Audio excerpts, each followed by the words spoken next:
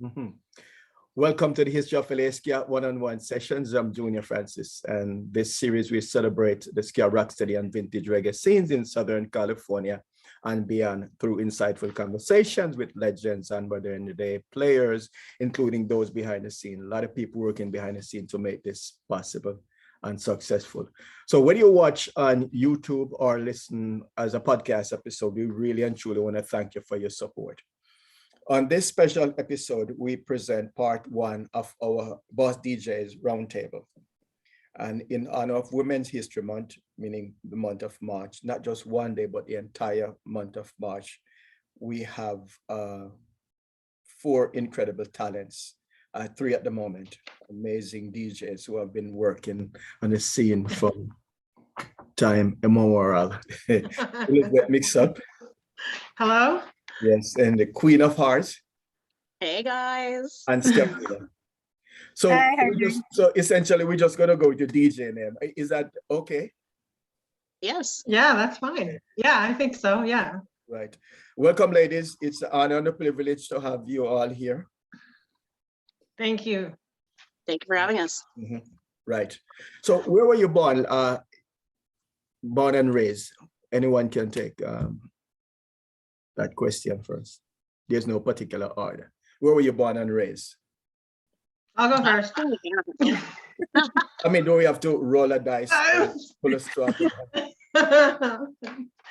As Elizabeth mixed it up, I was born in Honolulu, Hawaii, No kidding. 1971. So yeah, it's far away, but we had a little scene going on, I guess you could say in the mid 90s there. The Selector came out, Hepcat came out, and it was a lot of fun. A little group of skinheads, I must say. I mean, that is part of the reason for the music too, of enjoying it, is that subculture.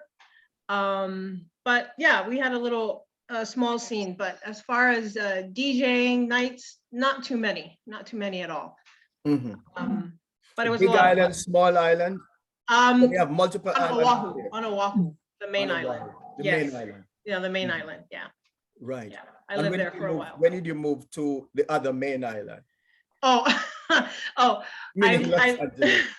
I lived on the Big Island like from 1993 to 1996, and then I moved to Oahu, the main island with Honolulu, about late 1996 to early 2001.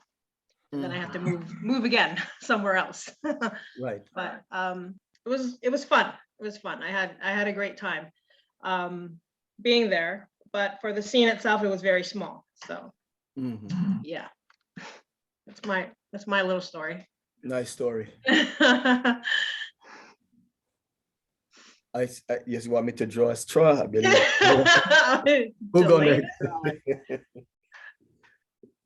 Who's next? Okay, I'll go. I'm Delana, and I was born and raised in Orange County, California, still here. I moved away for a little bit to Vegas and San Diego, but always came back. Nice. I was born in Bellflower in Los Angeles, but my parents and I moved to Rosarito when I was 2. So I was raised Rosarito, between Rosarito and San Diego, like right on living like that border, cross-border life my whole life. Still I'm doing that. Wonderful. So can you describe the first moment you came in contact with Jamaican music? Very first time hearing it. Where were you? Oh, wow. Well, I'll have to say that the specials was what opened everything for me. That was the first thing I ever heard that was ska related to, anything at all. I heard a cassette tape. How about reggae? Wow. Reggae Okay. also. And then You heard reggae before the specials? Actually, not really. Not really a lot of reggae. I didn't really know but a lot of people, a lot of friends. Like my high school was pretty small, and so I think I was like 15. Maybe I had heard some reggae style music in Spanish, like Los Fabulosos Cadillacs or Mano Negra. They had like some heavy reggae ska influence. But the first time that I heard the Scatterlights on cassette, that was everything changed. Everything changed from there. That sound that I just needed to know what it was, or I wanted to hear more. And I was about the same age, like 15 years old. And that's when I just remember hearing it on a, like a cassette player, a boombox, and just being like, whoa, what is this? And then from there, just never stopped. Wow. Never stopped. Mm-hmm. Mm-hmm. Delana, by default, you're next. For no, me, by default. The second question we're dealing with now. When you first heard the music? for me, I think the first thing I heard in maybe 5th or 6th grade was UB40, and then from there I kind of ventured out to listen to more music along that route, and then in like 9th grade or something, I saw the Israelites play, and then I started getting compilations and stuff like that, and that's when I heard like Hepcat and the Scatterlights, and that was it for me. Mm-hmm. Elizabeth, this is sheer speculation. You heard reggae music from birth in Hawaii because it seems Basically. Hawaii has been playing, right? But right, yeah, Hawaiian music. So just been going for a little bit of beats more than with the ukulele. But I was never into that scene of Hawaiianness, that whole Hawaiianness culture music. For me, what really got started with me hearing the ska, the rocksteady, the reggae was when I lived in San Francisco in my early years of living there, going to school there at the University of San Francisco just for a year. And then just, going through seeing flyers on the streets, like for festivals, ska festivals, saw Bim Scala Bim, No Doubt at the time, Let's Go Bowling, Skank and Pickle. But yeah, that's where I started hearing of that type of music, of the ska and the rocksteady and the reggae. It was more during that time in the early 90s, 90 to 90, and the earthquake happened. Yeah. But there have been so many earthquakes. Oh, when that bridge came down.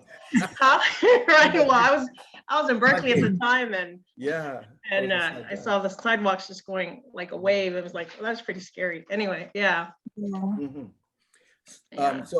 You saw the jump the gun. My Yes. next question is when your first concert. Yes. When was your first concert? And who is your first concert? Oh, concert. Yeah, live concert.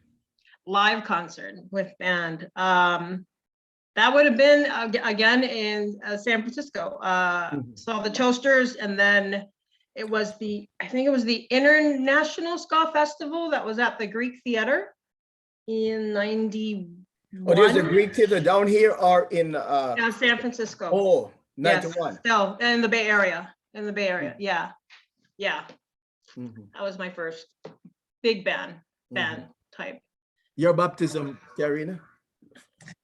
Oh gosh, I think the first concert I saw was in Tijuana, and it was Los Fabulosos Cadillacs. So that must have been about, maybe 94. And then after that, I think it was at the Showcase Theater in San Diego. It used to be called the Showcase, and I'm pretty sure that it was a Selector, and it was a pretty small show. And I had met a couple of friends by then that were like rude boys, and that was the first, and I got all dressed up for the first time probably, and did my hair and like colored my hair and red lipstick, the whole thing. And yeah, I remember we were right in the front, and that was probably the first real show that really, it was so influential. Everything, the crowd, the dancing, the clothes, just everything. And after that, every time there was something going on, I had to be there, whatever it was, whether it was Let's Go Bowling or Unsteady or I think I even saw Hepcat there at some point. It was, that was the place to be, the Showcase. Mm-hmm. Mm-hmm. Delaney, your first concert, who you saw? My first reggae concert, or my first concert in general. No, man, reggae concert. Reggae. I love Of other course. genres. Ska, rocksteady, reggae. Of I so course. I don't want to stay with that. Of course, you all love other music, but just want to stay with this genre. I'm satisfied. I think it was probably still the Israelites, because I went to see them at like Christian festivals and stuff like that as a kid. So that was probably the first ska rocksteady influence that I heard live as well. Mhm. So what inspired you to become a DJ? And your first time, the first time you played out, what was the response like? Sort of a two-part question. What inspired you? And then the first time you decided, you know, I can do this and I'm going to do this. Well, for me personally, I see, people at shows DJing and stuff, and I was like, oh, that's awesome, because I'd always want to be dancing in between the bands and stuff like that. And then I moved to Vegas, probably 2002, I think it was. And I had been collecting some records already and stuff. And then we had a pretty small scene there. So one of my friends decided to do a DJ night at her bar. And that's when I just started picking it up and learning, how to do it. And I did it quite a bit there, so that we'd have somewhere to go to listen to the music besides our living rooms. And after that, I kind of put it down for a while and then came back to it the past few years. But I was always still collecting. So collector. You also played in a band, right? Or I know you played. Yeah. Yep. Well, since on the subject, yeah, all right. We have the spot. That's why. Tell us about that. I'm fascinated. Yes, I played trombone for the Israelites for several years too. So Wow. yeah, so that was fun. Nice. Right. Nice. And where are some of the places you played with them? I'm not sure. Trombone.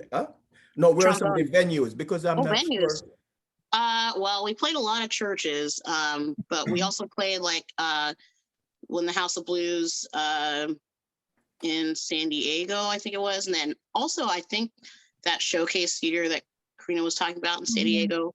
Oh yeah. Showcase in San Diego. Yeah, and then Cal State Fullerton. We used to play at this coffee house in Fullerton called Steamers, I think it was. They had some other ska shows there at the time too. So a lot of different spots. And we toured the country. The United States? Summer. Yeah, for 10 weeks in the summer. Wow. So I didn't know you guys were so big then. Wow. I thought it was just LA based.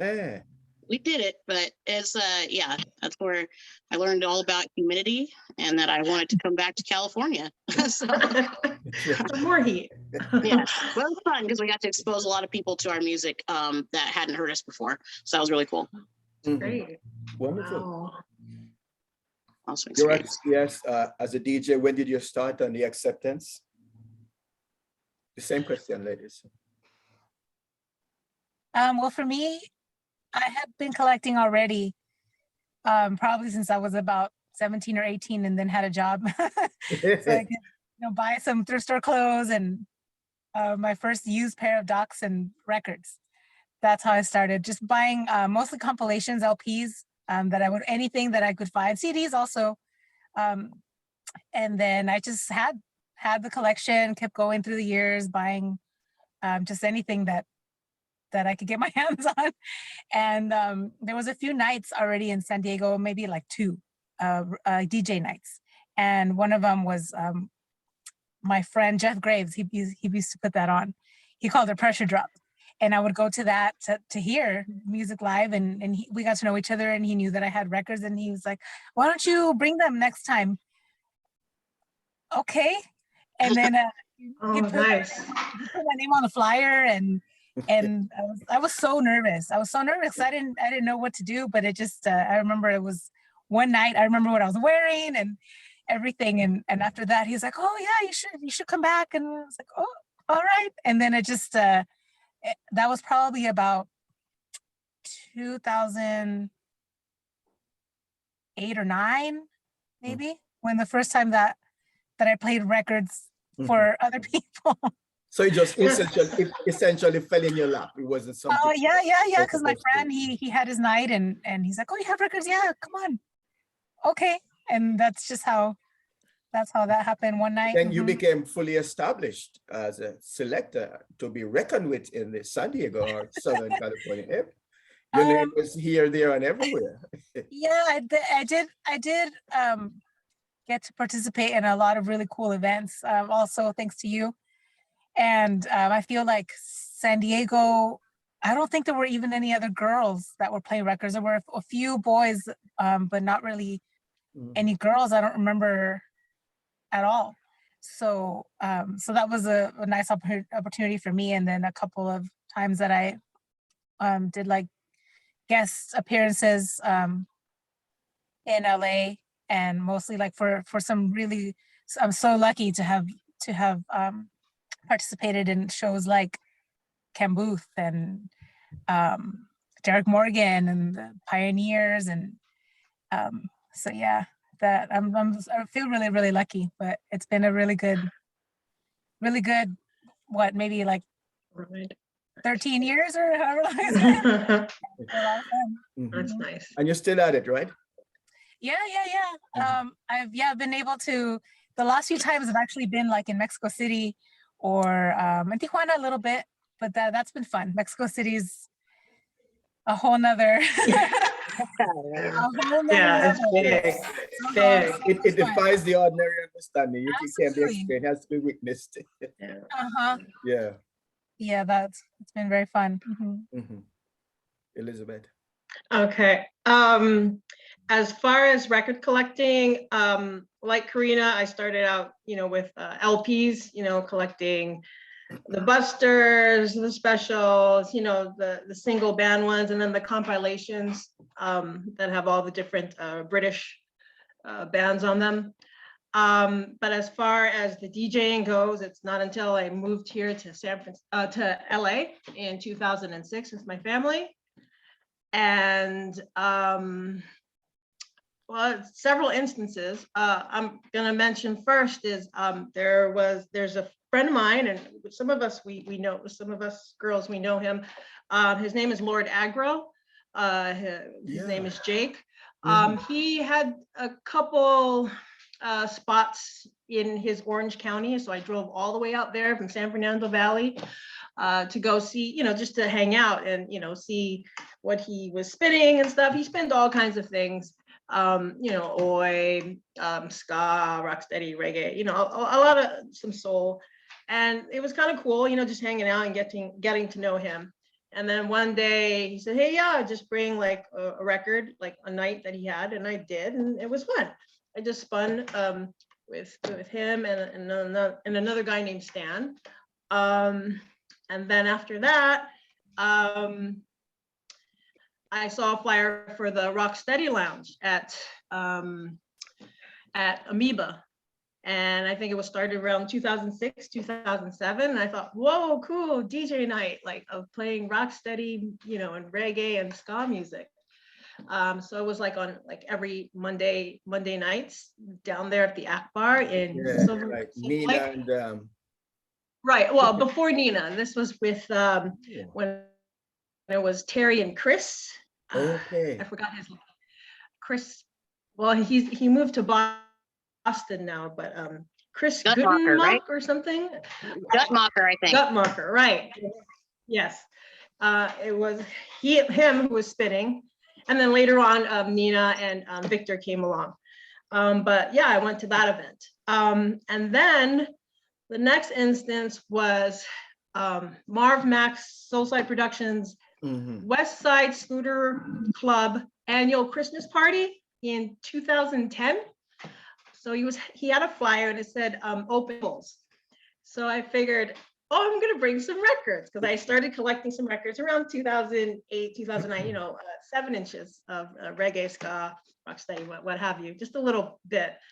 And so I went down there with a box, and then I met Spanky, Spanky Kingston, I guess it's called, right? And he was sort of Marv's sound man at the time. And I said, hey, I'm here, I want to play some things. He said, okay, cool. It was just me and him, and he let me play. he let me play some of his stuff too, because I didn't have much. But you know, there wasn't a whole lot of people. I don't think the entire scooter club was there yet.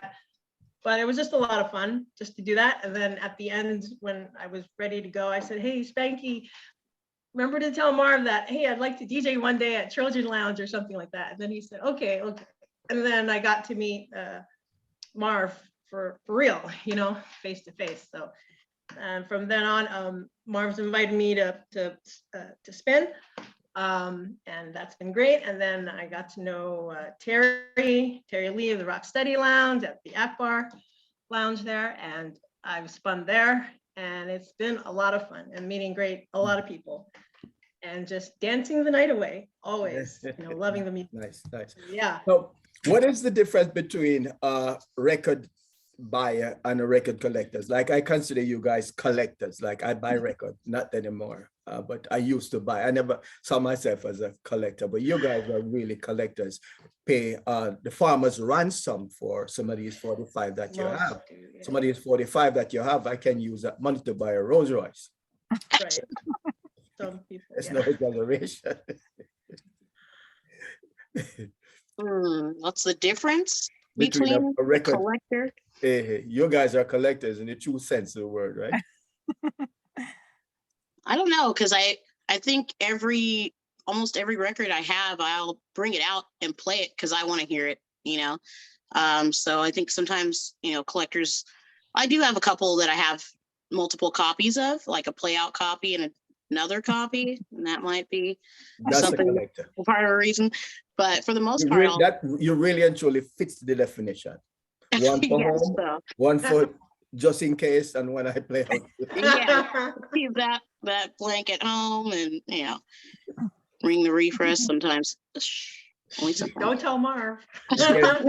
Again, see collectors. So that's something that I'm just now learning. That you know, you don't play repress or buy repress, and you don't play albums. Well, so I have a couple Well- records that's the only way I can play that song is if I bring an LP. So I'd rather hear the song and than not play an LP. Mhm. So you consider yourself a collector, right, Skarina? Yes, and I think I might have gone from being a record buyer to a record collector when I started looking for things like very specifically, like a certain label or Mhm. a B-side or something like that, where, you know, by that I knew what I was looking for. That's what it was. When I was buying records, I was buying just all the ska comps that I could possibly buy, and all the 7 inches, and I have them all. But then when I started to really look deep for something that I knew I probably couldn't find or couldn't afford, that's when I thought, okay, this is different now. And what is considered couldn't I think afford? that, am I going to spend all this much money on a record? Yes. Give me some ballpark figure. What is considered couldn't afford? Oh gosh, well, now the prices are, Through the roof? oh no, astronomical. I mean, never in my life would I think that was going to pay, you know, more than $100, $200, $300. You know, it's crazy. And now, say I'm looking for something and I finally find it somewhere online, but I'm not going to spend the money. Even though I've been looking for it for 20 years, I'm not, because it's too much. And how much and is I think considered that- too much, and how much? Well, I think, oh gosh, I'm going to sound like such a tightwad, but I think, oh God, something, it would have to be more than like $200-$300. Like, I won't. Like, I think 145. I'll probably say if I had the money, maybe $200, I would probably pay no problem for something that I've been looking for. But it's just because I remember the times when there wasn't the internet. There was the internet, Really? and it was, you know, most of my collection I bought physically at the record stores. I went to the record stores. I would, you know, dig and dig and dig, or there were catalogs. There were catalogs, mail catalogs that you could order from. And it just, I don't know. I mean, it wasn't anywhere near that price. So to see things going for hundreds and hundreds of dollars now, I'm just like, wow. And then I'm like, oh, I have that. That's how much that goes for now? Okay. So Elizabeth, I was reliably informed. Well, it's a joke. But the sky's the limit as to how much you pay for 45. No one told me anything. So Okay. is there a limit? I'm with Karina. It's to spend even $100 on a record. I mean, it has to be something I'm really looking for. That's I'm going to say that hasn't been repressed. There are quite a big tunes that I've been looking for that are now repressed, and you take a gamble with it. But yeah, 200 and up. No, I'm not going to spend my money on that. I could help pay my mortgage for that. As far as I guess I've gone from being just a regular record buyer to a record collector. Collector in the sense that I'm a reggae DJ. So I'm looking for certain types of sounds, rhythm, melody that I want to incorporate into my set. So, and it's always based on is it going to move people? Is it going to keep people dancing? So regardless of the artist, it's just got to sound really, really good. Once in a great while, I do bring out the represses. I'm going to say it point blank. I know there's a debate between people that play originals versus people that play reissues, but I think that's so extremely unfortunate and petty. It is, Especially yeah, because the ones that say originals only, they don't come out. I don't see them DJing on behind the tables. All they do is like, oh well, I have this, but the sound just doesn't. But I don't think the people. But they have you guys living in fear. I'm not. Yeah, no. The only fear would be there's nobody dancing. That would be the only fear. So yeah, but that's So always up for you. Is your price tag? Price tag for me? Yeah, right. I mean, the sky's the limit. I'll pay anything for 45. I mean, I think I'd probably. Well, money is liquid. It comes and it goes. Well, I mean, I'll probably agree with the other ladies, but if there's a certain record that comes up like Stranger Cole Run Joe, then I'll probably shell out some more money. But it depends. I guess it all depends on the record and the shipping these days.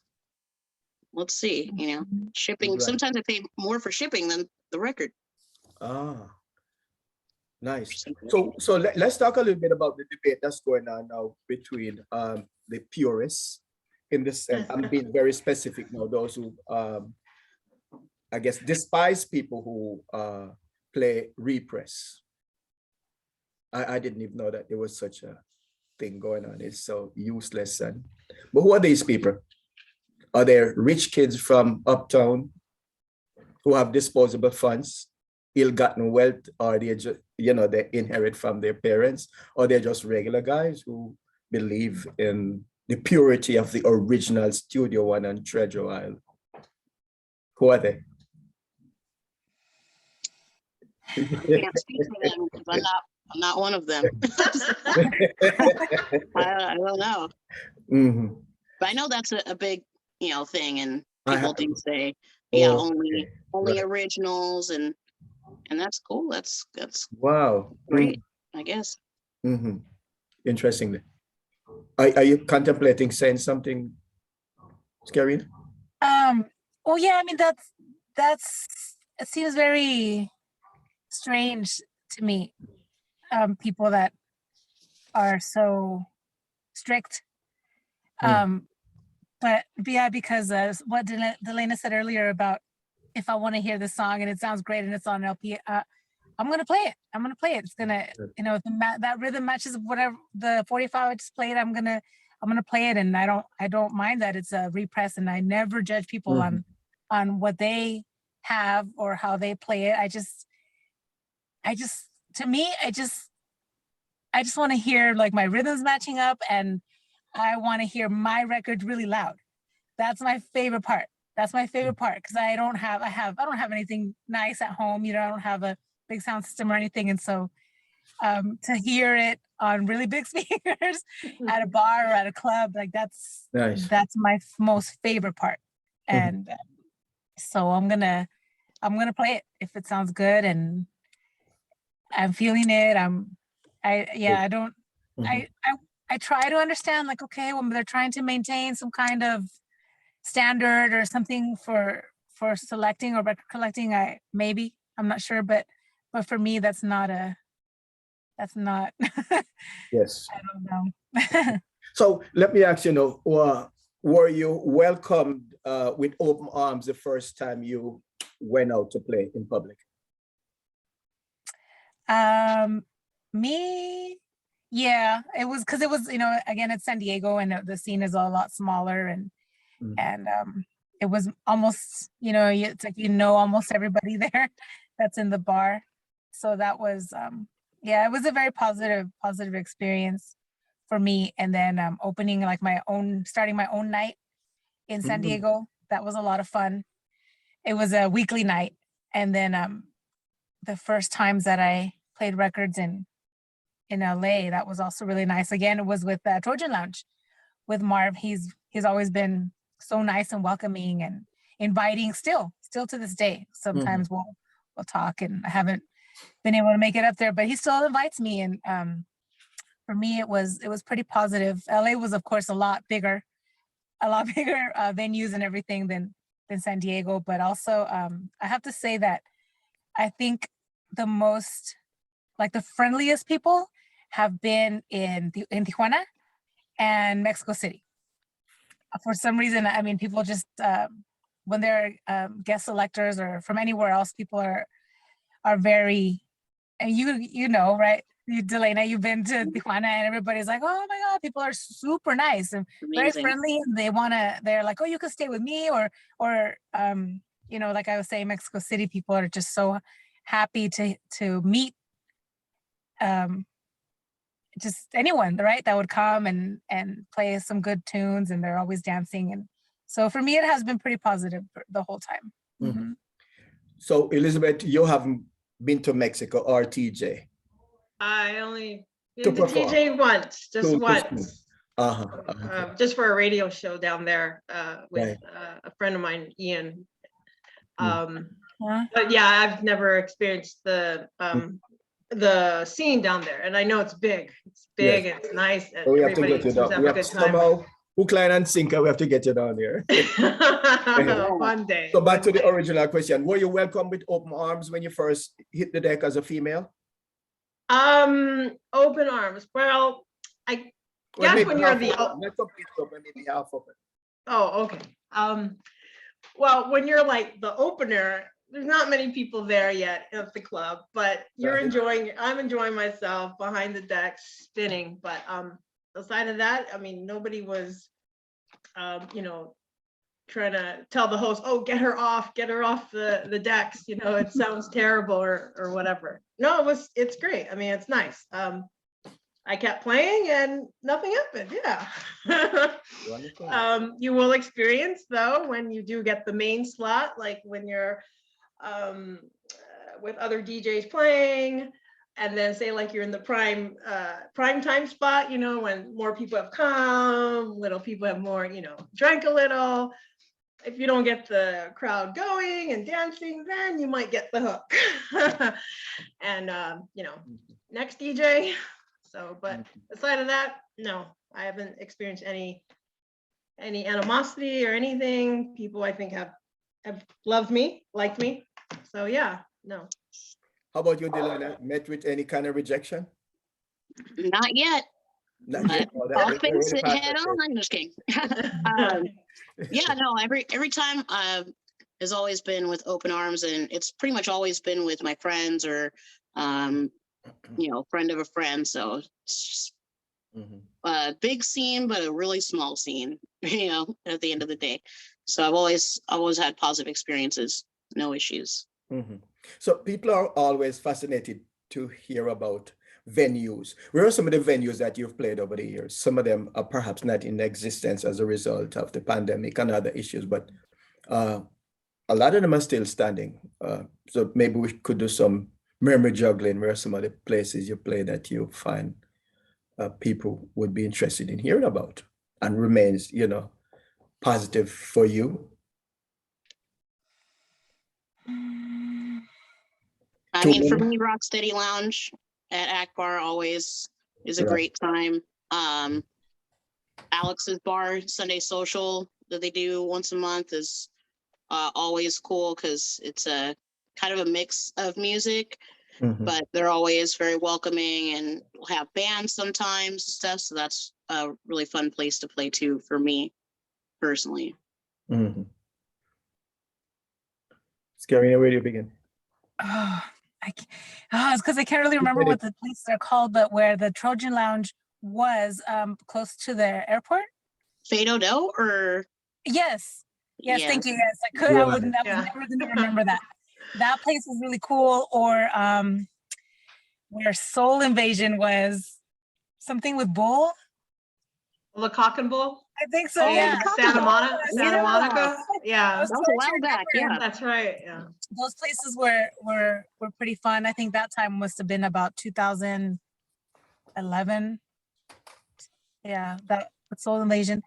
And then sometimes, surprisingly, a few bigger spots, like in San Diego, like bigger arenas where there was a ska fest or something like that. That was like a venue called Soma. That's a little bigger venue, or places where bars that I've never been to and have like a really good sound, or mostly in San Diego. It's been a good time. And then also like a house party. I think those have been like also really, really fun. Somebody's room somewhere, and that happened to have turntables, or a smaller party and inside a garage or something. A backyard. Those are probably some of my favorites. A place that hasn't been, Mhm. just I end up there, somebody's after party, and it's somebody's house, and then the party continues. It's been fun. Mhm. Indeed. Elizabeth, Well, there's you probably many played all places. throughout Los Angeles already, right? You've been so little bit. extremely active. A little bit, yeah. Well, here in San Fernando Valley, where I live, at the Corbin Bowl, it's a bowling alley. Mhm. It's got some friends of mine. They're called Sounds and Pressure Los Angeles, and with Lady Isla and Jesse Workman, who do a little stint at the Corbin Bowl, that bowling alley, or the Scotland Yard. Other people have done stuff at the Offbeat Bar, which is, I don't know where that is located, somewhere in LA, near the Highland Park, yes, indeed. And then DJ Queen of Hearts mentioned the Rocksteady Lounge in Silver Lake at the Akbar. Marv Max Soulside Productions has been everywhere, like Karina mentioned Fadodo. Yes. He's been at the Resident in downtown LA. He's currently in Long Beach at the Regal Inn. And also there used to be Santa Ana Downtown Soul. They used to have with Steve and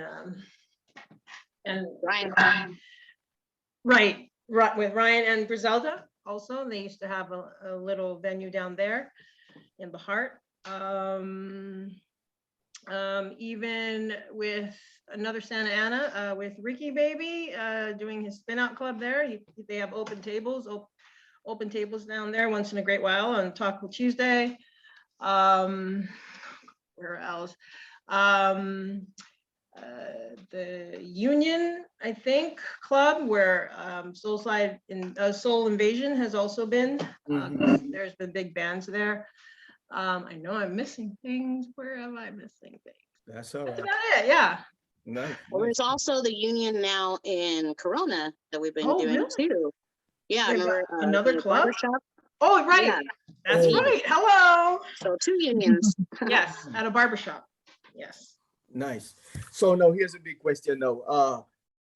Secret weapon that you use to get fans on the dance floor. What selection that you see? When I draw this selection, everyone is going to go on the dance floor. Do you have a For list me- of songs that you use? One of mine is Prince Buster, 30 Knockout. Pieces of Silver. Eh, Ah. I'm writing. He's gonna be buying. No. Ah. Excuse me. I have the original press. Oh, sorry. Yes. Sorry. And if you have the dead presidents, you call me after the show. The original London press. It was recorded in England. So go ahead. Okay, all right. Gotta write that down. Right. So killer selections, 30 pieces of silver. For me, yeah, that's one I'll throw on there for sure. Gay Lads, almost any Gay Lads. You can, Okay. What else? True Confession, the Silvertones by Silvertones. It's a good one. Didn't move too many people when I played that one. Okay, but one of my favorite though, the True Confessions, really one of my favorite. One of my favorites from Treasure Isle, along with. How about Alton Ellis, 30 pieces of? Alton Ellis, Dance Crasher. Oh yeah. Yeah. I Skarina, think for me, you kind of lean more to sorry. skinhead, right? Such a skinhead. Me? Eh. Sometimes, yeah. Sometimes I do go to like that 1969, 1970 skinhead sound, but that'll fill a dance floor like in a very specific audience, right? I feel like ska tracks are the ones that will get people dancing anywhere. Say it's like a bar and not everybody there is a skinhead or rude boys and girls. It's like regular people or older people or Rastas or hippies. That happens a lot. And if you play, oh gosh, maybe like Penny Real or I don't know, so many Shenley Duffus or gosh, Prince Buster, Justin Hines, ska tracks with that sound, that 1965, 1964, those records always tend to get people dancing. No matter what subculture they might be from, or just regular people who've been sitting there long enough drinking, and they'll hear a nice, dancing beat with horns, and then next thing you know, they're couples dancing, and people of all ages. And I think those are my favorite records to pull out when it's like, all right. So that's very broad though, but can you be more specific? Are you trying to avoid giving out information to the wanna-be selectors? No, Or just having trouble filling the dance floor? no, I just gosh, because it's so many. It could be I like, I believe you guys don't want to it give could out. be like Alton Ellis, Scott Beat, or Baba Brooks, Dog War, Toots and the Maytals, big, Duck Soup,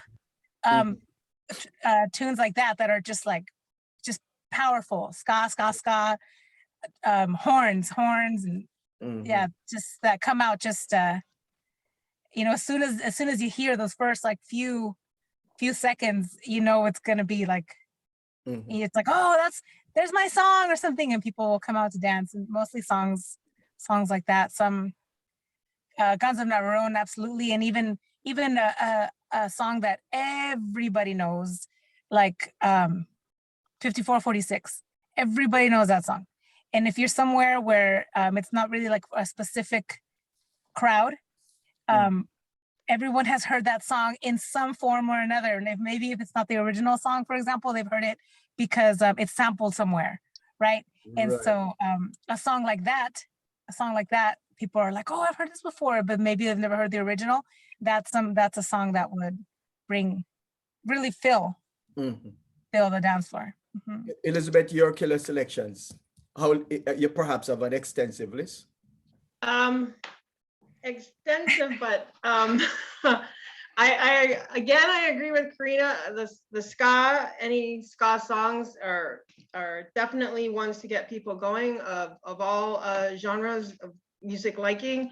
Desmond Decker's Israelites for sure. Mhm. Very powerful. Derek Morgan, Blazing Fire, Moon Hop, Forward March, maybe some old Jimmy Cliff also. The Toots and the Maytals, always. I play Funky Kingston when I need to. 5446 was mentioned. Another Maytals that I liked more of their reggae part. Don't Trouble Trouble. I also like playing the Kingstonians, my anthem song, Mix It Up. I like that song. That's why I'm naming myself that, actually, because of my liking for that. The Upsetters with Live Injection. What is that other song? Dry Acid. Lloyd Robinson's Cuss Cuss. So really getting heavy now into really reggae organs and everything to get people going. I think it's just whatever they feel. If the sound system is right and it's loud and it's clear and the bass is up and the mids are at that point, you can get people going. You can get people dancing. Interesting enough, I never paid much attention to this before, but I was at a club one night and they were waiting for the headliner to come on. And so, people were playing shooting pool. And somehow the DJ put on My Boy Lollipop and the house was full. If the guys were playing pool, then they totally weren't into ska, rocksteady and reggae. Didn't care about it. They just went on the dance floor. I'd never seen that kind of action before. Wow. Yeah, Millie Small, My Boy. Wow. Talking about International Women's Day. Millie Small is the one who opened the door for Jamaican music. She toured Mexico, she toured Asia, and down under Australia before Bob and Jimmy Cliff. But she doesn't get the kind of credit she deserves. A lot of people criticize her song, referring to it as bubblegum music. But so we are in honoring women. I wanted to highlight that. And also my good friend and producer, Eric Kohler, has a couple of questions. So he's gonna join us. Hello, Okay. how are you, Elizabeth? Hi, hello. Good to see you both. And Good to see you again. I saw that Delana dropped off, but I'm sure she'll join back here in a minute. But Okay. I've enjoyed the conversation here, and I think I need to start DJing again. What do you need to get started? I was taking notes on all your killer selections, your secret weapons. No, I've loved the interview, and thank you both for joining us, and Delana as well. And we're so blessed and thankful here in Southern California to have so many amazing DJs, including a lot that really specialize in the old school sounds, like the two of you. We, on episode 2 of this History of LA Ska one-on-one sessions, Junor spoke with Nina Cole, Reggae. So I want to acknowledge her and make sure if you have not heard or watched that one, you can either watch it on the History of LA Ska IGTV, or it is an IGTV Rewind podcast episode. So on wherever you get your podcast, you can listen to Nina. That was a fun one from about a year and a half ago. Yes. So hello, Nina, out there. So just a few additional questions here. So what is your most valued vinyl? And that doesn't have to be necessarily the one that you paid the most for. Maybe it's because it's so rare. Name one or two if you don't mind. I know I'm putting you on the spot, but I'm curious. Ooh, that's a lot. A lot to choose from. A lot to choose from. I think the very first record I ever bought, I bought it at a thrift store that was like a clothes thrift store, and clothes and junk. And it was the Specials, Dawning of a New Era. Oh, I nice. found it and it was a little bit beat up on the outside, but I have it framed at my house. That was the very first record I ever bought ever. So that one is meaningful to me very much so for that reason. And then I have a couple, actually, I have some LPs that I have framed, other LPs, because they've been signed by the Pioneers. Remember Junior that time? That I have an LP signed by two of them. I have one signed by Lee Perry, Wow.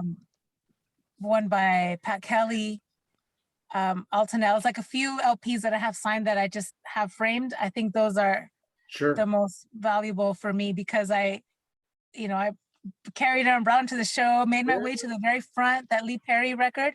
It was, oh gosh, it must have been like 2003 or something. He played a show in San Diego all by himself, and it was just him and the sound. There wasn't even a band, and he was crazy as always. And it was mostly hippies and Rastas that were at the show, and me by myself.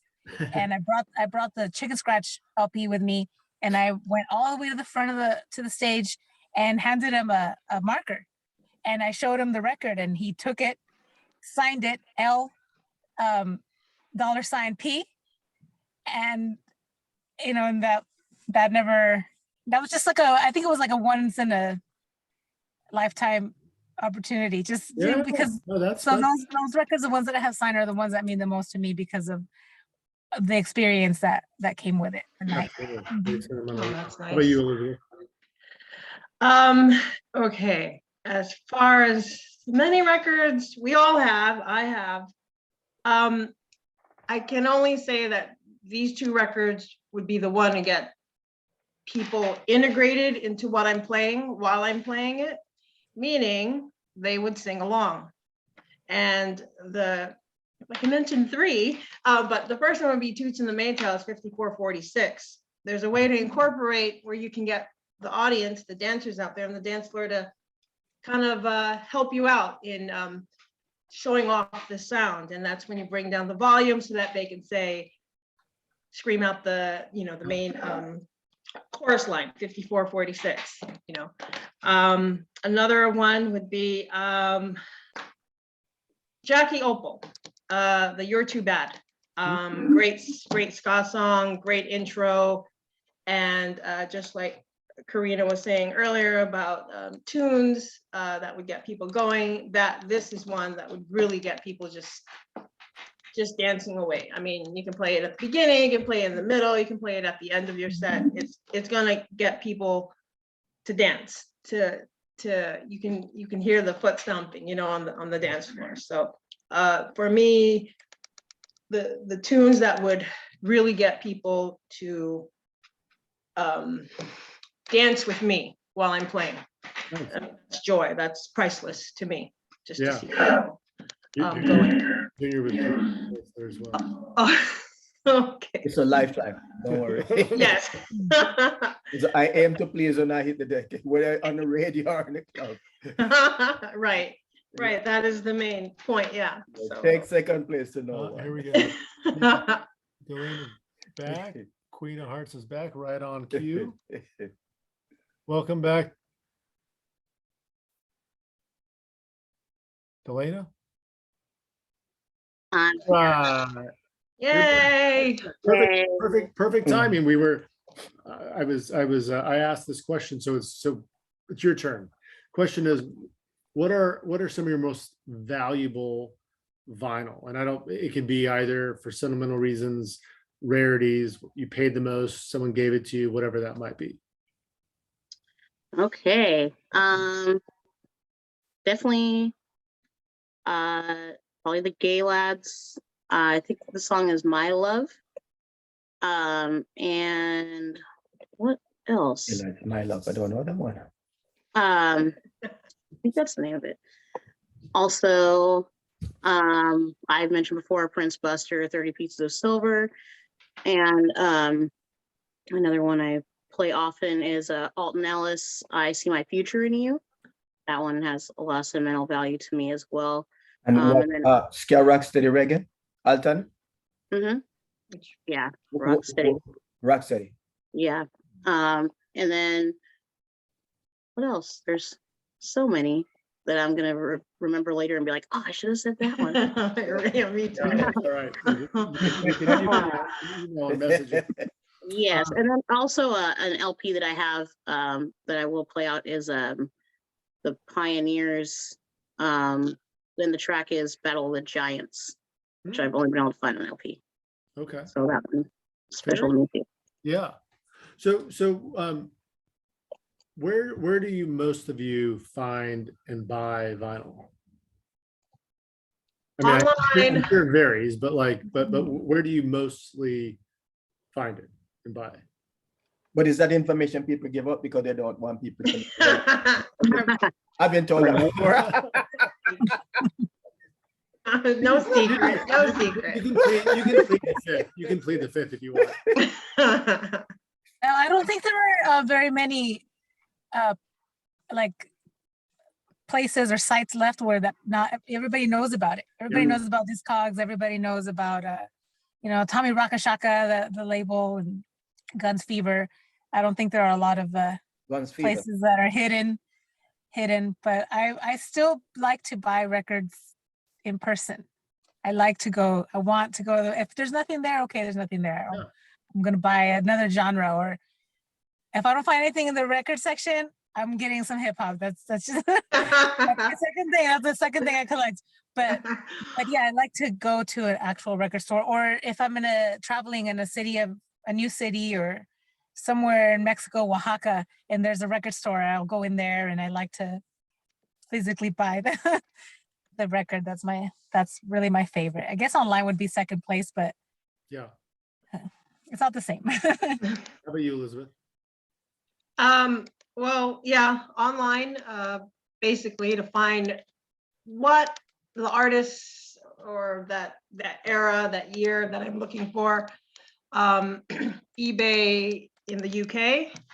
I found stuff there, but in the early mid 2000s though. I don't know about now. I haven't been, because I've been buying, and everybody knows, and I buy it from there, and I've played it, and it's done well for me. But there's a site called Reggae Fever. They have a lot of stuff there online, and I've bought many records there. Yes, reissues, can't help it. They sound good. There's also a new label called Harlem Shuffle Records. There's an about us saying that, well, we're reviving some really original songs, and we've reissued it, and they have, and it sounds good. So you take a gamble with reissues, they turn up the bass, they turn up the treble or whatever, they hide the vocals, but you take a gamble, and you kind of work your sound system to see if you can tweak it. Yeah. Right?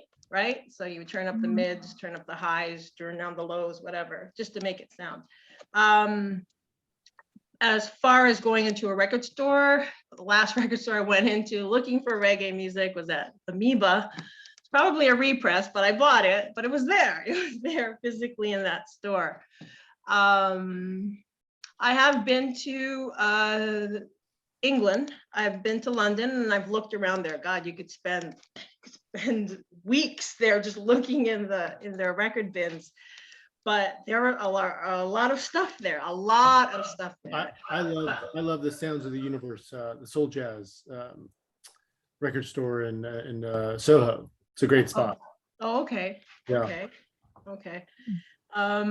They even have record fairs in London. If you sign up with a record fair letter thing, they'll send you a list of where they are. And I've gone there. I've searched through there, but I could never find Pama or Crab.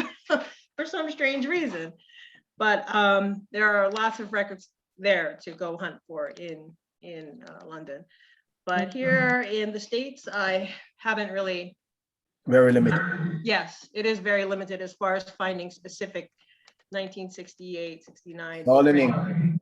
All in England. Pretty much, or you buy it on an LP. So, yeah. Queen of Hearts. Yeah, so like Karina, I like to still go into any record store I can and just hunt, dig, go through there. There's a shop in Long Beach that's fairly new called 12s, and I found some really good stuff there. Also, yeah, if I'm on vacation or something, I'm looking for a record store that I can go into and So good stuff means there. what? What's that? Good stuff means what? You What said you stuff found means some what? good stuff in Long Oh. Beach. I found some good rocksteady Oh, and some great 80s stuff and a little punk here and there. Nice. So, because I collect those records as well. And then the second place that I've gone to pretty often lately has been other collectors that are selling stuff, friends or friends of friends as well. And then there's some like record swap meets and stuff out there that I'll definitely check out if I see a flyer for it. And then lastly, online, mostly if I'm looking for something really specific. So that's where I find it. That's great. Skarina, you touched on this just to have some fun. You mentioned that hip hop is your other favorite genre, and I don't want to put words in your mouth, but next question is, if you can no longer spin Jamaican music, what genre would you spin? And is yours, maybe yours is hip hop? It's a question for all three of you. Oh gosh, I think yes. I think for me, yes, hip hop, because I mostly grew up with that, like in Okay. the beginning of the 90s, and just the New Jack Swing sound and the New York sound, right? Like a Tribe Okay. Called Quest is probably my favorite group ever. Diggable Planets, De La Soul, like that sound. So yeah. I like Britpop a lot. That would probably be my third. But if I couldn't have any more Jamaican records, I think hip hop would be a lot of fun. The early 90s sound. Nice. Yeah. It seems like Elizabeth's thinking, so I'm going to go to Delaney. Oh, Probably for me would be like punk and oi stuff from street rock and roll from like Okay. the 70s till now. Yeah. I also have a lot of Motown records and a lot of 80s pop and stuff like that. So I'd probably be able to figure it out.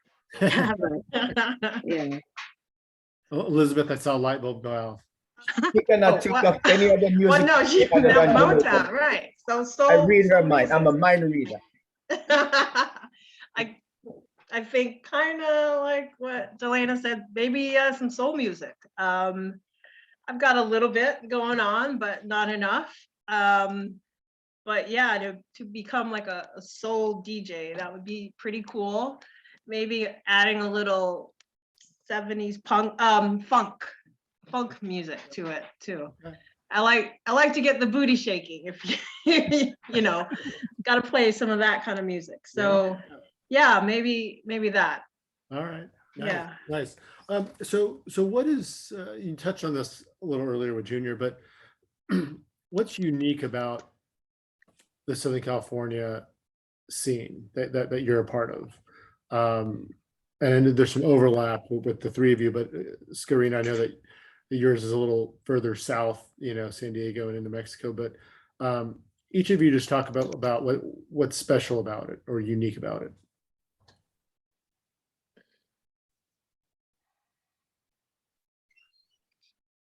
I think part of it for me is seeing people that come from all over the world that come here and can come to one of our events in LA or even San Diego too, and just be more like a camaraderie as opposed to just some outsider over there. I feel like LA is for the most part pretty welcoming, and most of us are all about the music, number one, and that's kind of why we all know each other and why we're all here. Yeah, that's great. Elizabeth? Okay, the LAC. Basically, people like Junior for spreading the love of the music, keeping it going. Paying homage to you.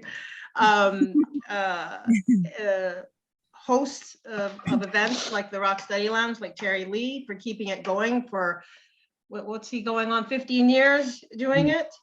Marv Mack, same thing with his Trojan Lounge and Club Soulside. For he could be he could be doing other things, but he's keeping it going. So I think having that steadfast of the promoters still being in the scene and promoting the music, bringing on places that bring on bands, you know, of all that nature, like Alex's does bands.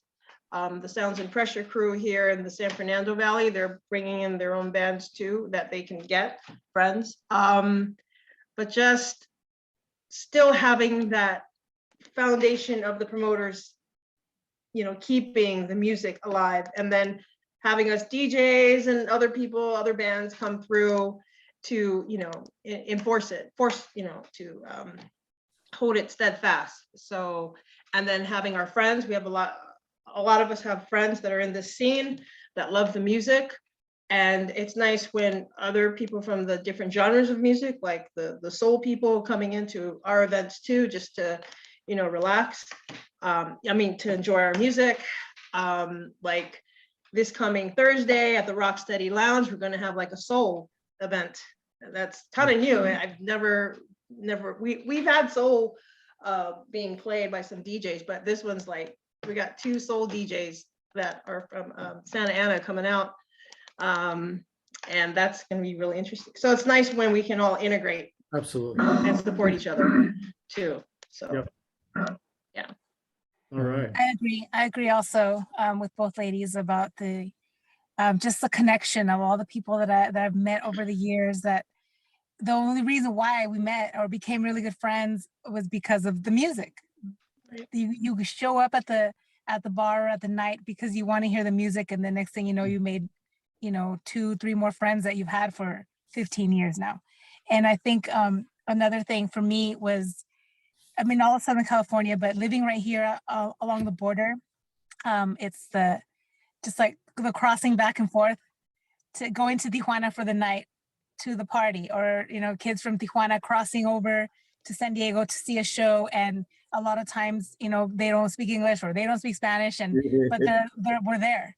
We're all there, and they all like, oh, he said this, and, you know, translating for people, making connections, and Right. and you know, people are drinking and having fun, dancing together, and trying to use a little bit of English that you know, a little bit of Spanish that you know, and I really like to see that part where, I mean, it's a little harder to go back and forth across the border now.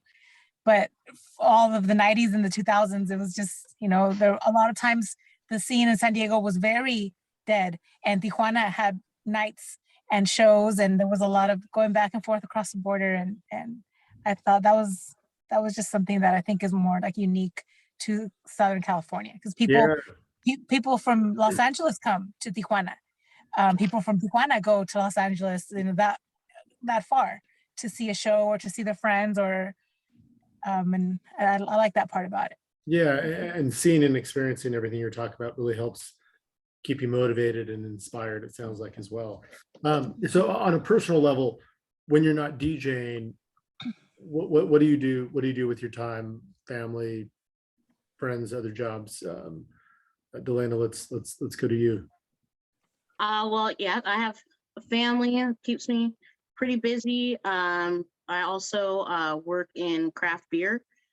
So a lot of my time is also spent working on that craft and learning all I can about brewing and beer and my career there. So and yeah, still music, other music, you know, and going to shows and all that stuff. Are you still playing? No, I haven't played. I haven't picked my trombone up in years. I was thinking about it the other day because we're moving right now. So that was one of the first things I brought to my new house. You know, and it's just sitting there looking at me. So, you know, you never know. you know, and I know that you've told me over the years about your about playing the trombone, but I don't know if I knew at the time, because I had Rico's trombone. I had the trombone that I bought when Junior and I brought Rico to the El Rey Theater. Wow. Because Wow. that's my favorite instrument, and I always wanted to learn how to play the trombone. Wow. It sat in my closet for many years. I picked it up a couple times and didn't work out. So when Jason Lawless, who we can all remember for his tireless efforts and amazing work on the scene, but when Jason was putting together, he was collecting instruments. Some of you might remember, to send down to Alpha Boy School. Oh yeah. It was right around the time that he was working with the Scatterlight some. And so I said, Jason, instead of this trombone sitting in my garage, in my closet, why don't I donate it to the school where Rico got his start? And so I did. I thought at least, it was kind of poetic and just nice, full circle, obviously. But Absolutely. that's the trombone. But Wow. woman of many talents, Delana. That's beautiful. Wow. All right. You got me all choked up now, Eric. That's awesome. Oh Lord. How about you, Skarina? I have one daughter, and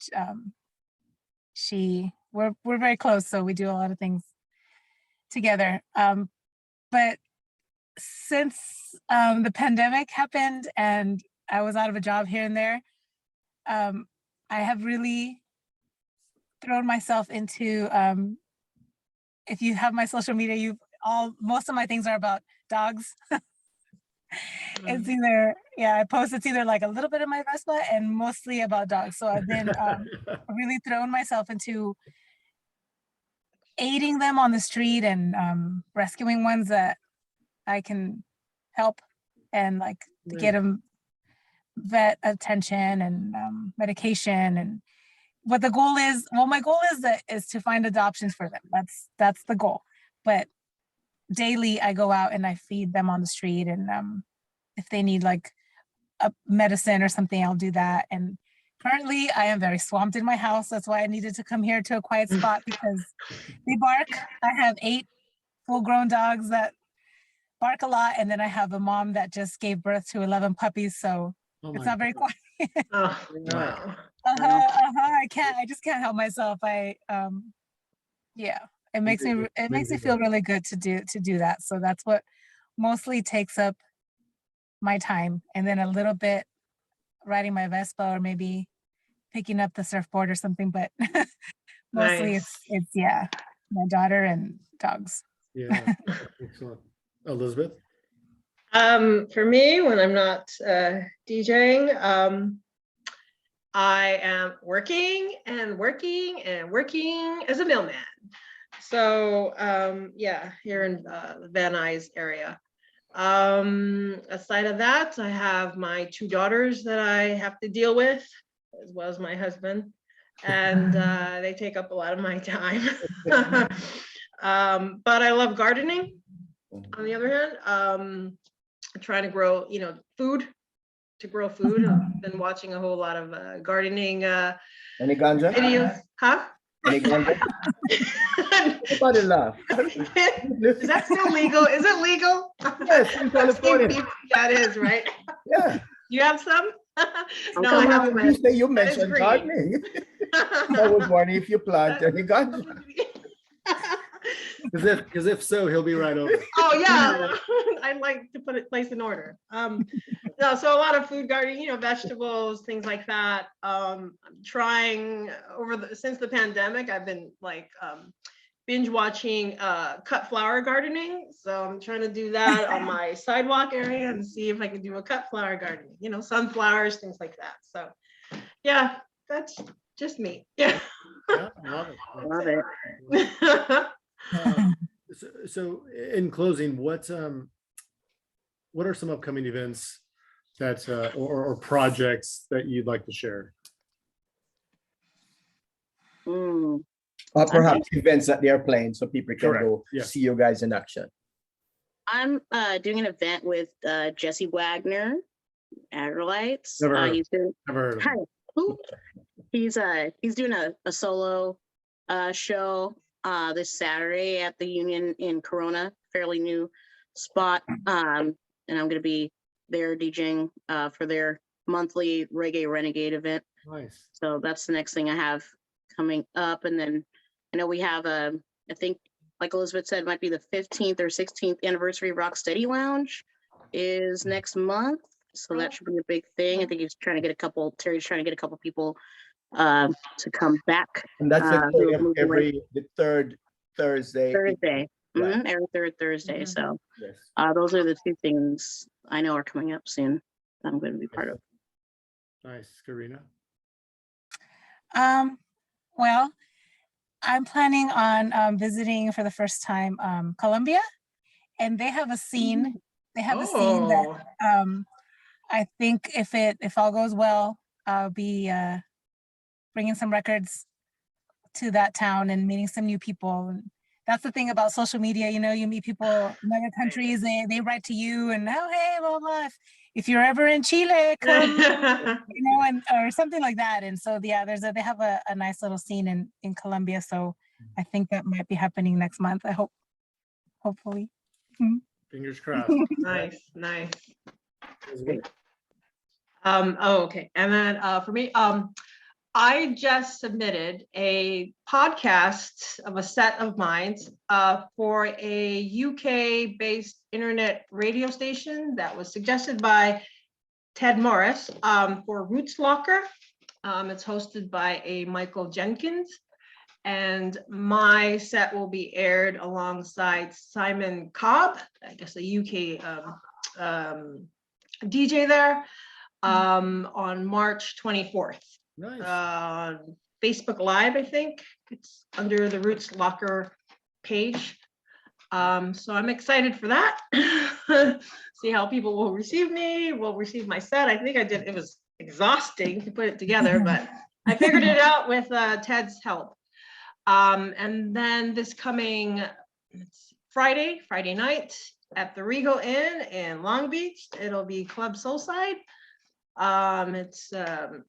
It's going to be Marv, it's going to be John Cruz's birthday, another DJ, a friend of mine's, me, Rob Freeman, and Mr. Soul Satisfaction, who I don't know, but yeah, so it'll be a fun event again at 10 p.m. So looking forward to that. Yeah. And then Ted's, hopefully I'll go to Ted, well, I'm not spinning, but I want to support Ted's Rhythm and Brews. That's coming up this Sunday, so.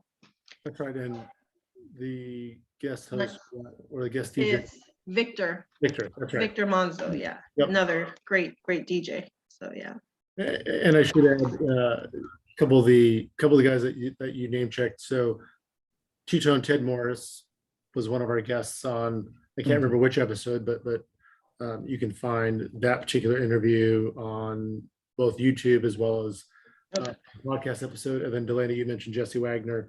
He was our first interview on this new platform of YouTube and a podcast episode as well. So you can check out and listen to Junior's conversation with both those great guys. So I think somehow I'm on that list with Delena. This yes, Okay, Renegade. Yes, you are. I don't know how that happened. Rocksteady Lounge, yeah. No, this No. Saturday in Corona. This Saturday. Yeah, so Saturday. both. How it happens? Both I have of no idea. yes. Using the pod, Junior. I guess these things just happen. How exciting. And he might be spinning every one of these tunes. Oh, he wrote. And unfortunately, I bring albums because there's no shame in my game. Right, that's right. I think I'm at a level now where I can play whatever I want to play. Yes, I think so. Really I think excited so. by the for the critics. No, I've loved the anecdotes. I've loved hearing how each of you came on the Yes. scene and became DJs and kind of setting the record straight as it relates to how you don't have to be pure and only play original pressings and all that. But Junior, before we wrap this up, any parting words or any final questions? In celebration of International Women's Month, we Yes. thought we would bring not just International Women's Day, you know what I mean? We have taken it to another level, Women's Month. In fact, every day is Women's Day. Yes. So yes. I make sure I play songs by female year round. But more specifically International Women's Month, we thought we would bring these ladies on. Do our first little roundtable here. Yes, So it's the been amazing. inaugural one. So thank you all very much. So where can viewers and listeners find you on social media? Elizabeth, I'll start with you. Facebook, Elizabeth Mix It Up. Instagram, Elizabeth Mix It Up Together. That's it. Yeah. All right. Mhm. Skarina. Facebook is Skarina, or Instagram. What is it? Karina.vintage reggae. That's right. Yep. Delana. Instagram, DJ Queen of Hearts. Mhm. Just how it sounds. So we've been pronouncing your name incorrectly, Skarina? No, Oh, no. Right. You go by Skarina, right? Skarina. Yeah. Yeah. I guess with the Spanish twist, it sounds It doesn't sound as nice when we say it. right. Delana, Queen of Hearts. How did that particular name come about?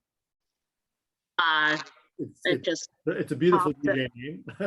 Thank you. I don't know. It just popped up back when I first started DJing. I wanted a cool name, and I used to play cards a lot and stuff, and I lived in Vegas at the time, so it just kind of Perfect. melded together. And then DJ is actually my first and middle initial. Mhm. So Oh. for a long time that was just my email. And Perfect. then everyone's like, "Oh, you're a DJ." I'm like, "Well, now, yes." Maybe kind of always, yeah. So Bona fide and certified That's ladies. right. That's Yes. right. Yeah. Well, thank you all for all that you do to keep the music vibrant, promoting, playing the music, helping spread, the music that we all love so much. So thank you all for your efforts, and please keep it up, because I'm sure you will. Thank you for inviting us. Thank you so much. That's great. Yes, Mhm. yes. Junior. Thanks again. And then please follow us on History of LA Ska on Instagram, subscribe to our YouTube channel, and join us on Facebook group. And please follow me at Junor Francis. And this series is produced by my good friend here, Eric Kohler, for Rockery Radio. We want to say thanks to everyone for participating. And Thank you. Keep up the good work. Fine. Happy Yeah. International Women's Month. Absolutely. thank Wonderful to see you all. Thanks so much.